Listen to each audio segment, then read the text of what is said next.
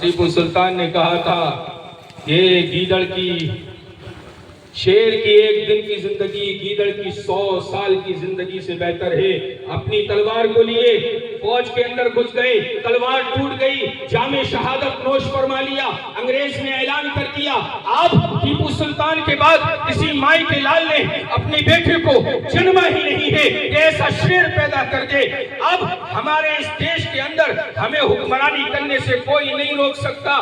اس وقت شاہ عبدالعزیز محدث دہلوی رحمت اللہ علیہ، شاہ ولی اللہ محدث دہلوی کے فرزند انجمن یہ کھڑے ہو کر اعلان کرتے ہیں، اور یہ مدارس اسلامیہ کا فتویٰ تھا، انہی مدرسوں سے نکلنے والے، انہی مدرسوں میں پڑھانے والے علماء کرام کا فتویٰ تھا کہ اب ہندوستان دارالحرب ہے۔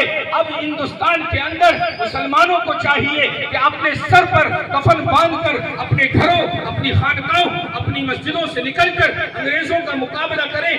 شاہ عبدالعزیز محدث دہلوی رحمت اللہ علیہ یہ علماء صرف فتویٰ نہیں دیتے ہیں، اس فتوے پر عمل کرواتے ہیں۔ آپ نے اپنے بھتیجے شاہ اسماعیل شہید اور اپنے مریدین خاص شاہ سید احمد شہید رحمت اللہ علیہ کو دونوں کو بالا کوٹ کی پہاڑیوں پر بھیجا کہ جاؤ حب الوطنی من الایمان کا پیغام لے کر نکلو اور قوم کو بتاؤ کہ اب یہ دیش میں یا تو مسلمان رہے گا یا انگریز رہے گا۔ انگریزوں کے مقابلے کرنے کے لیے دونوں افراد نکلے ہیں، اور انہوں نے بڑی تعداد میں مریدین کو اکٹھا کیا، حضور کے اقوال پر اکٹھا کیا، حضور کی حدیث پر اکٹھا کیا، اور اکٹھا کرنے کے بعد پھر آپ نے جب مقابلہ کیا تو وطن کے اندر غدار ہر وقت میں موجود تھے۔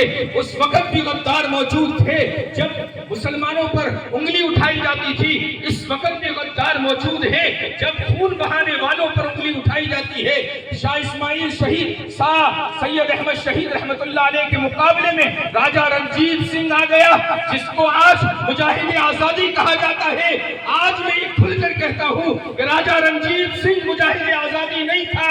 اگر مجاہد آزادی ہوتا تو شاہ اسماعیل شہید کے مقابلے میں نہیں آتا، ان کے خلاف تلوار نہیں اٹھاتا، اور اگر وہ ان کا ساتھ دے دیتا 1947 سے پہلے دیش آزاد ہو جاتا، 1766 کے اندر دیش آزاد ہو جاتا۔ لیکن اس نے غداری کر کے ان کو شہید کروایا اور بالا کوٹ کی پہاڑیوں پر ان کو ذبح کروایا۔ یہ تاریخ کے پنے گواہی دیتے ہیں، اور آج بھی بالا کوٹ کی پہاڑیوں پر ان دونوں بزرگوں کی قبریں موجود ہیں جو چیخ چیخ کر یہ بتا رہی ہیں کہ مسلمانوں کا خون نہیں، خون کے ساتھ ساتھ مسلمانوں کی اولاد، ان کی نسب، ان کے خاندان، ان کے گھرانے، ان کی مساجد، ان کے مدارس، ان کی خانقاہ، سب کی قربانی اس دیش کو آزاد کرانے میں لگی ہوئی ہے۔ یہ قربانی ہم نے دی کیوں تھی؟ یہ تو ہم سنتے رہتے ہیں کتنی قربانیاں دی، یہ قربانیاں ہم نے دی کیوں تھی؟ انگریز نے ہم سے کیا مخاطب کیا تھا؟ انگریز نے یہ کہا تھا تم مسجد میں نمازیں نہیں پڑھ سکتے۔ اذانوں سے ان کو پرابلم تھی، مدارس سے ان کو پرابلم تھی، قرآن سے ان کو پرابلم تھی۔ یہی وجہ ہے کہ تاریخ کے پنے یہ کہتے ہیں کہ دلی کے اندر 1000 مدرسوں کو شہید کیا گیا۔